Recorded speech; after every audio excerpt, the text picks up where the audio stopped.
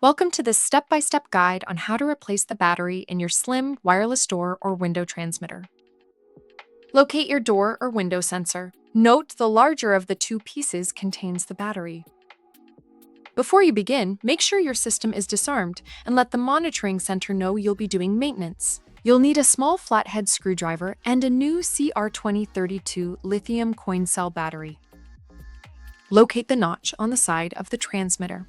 Insert your screwdriver and gently twist to pop open the cover. Be careful not to damage the plastic clips.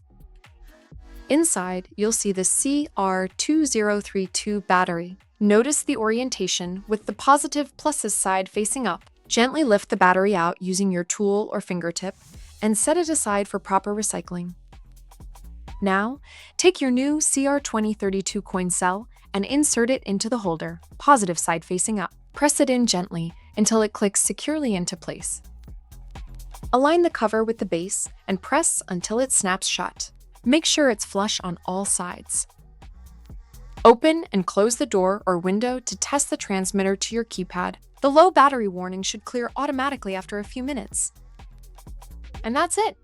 Your door contact is now operating with a fresh battery. Thanks for watching.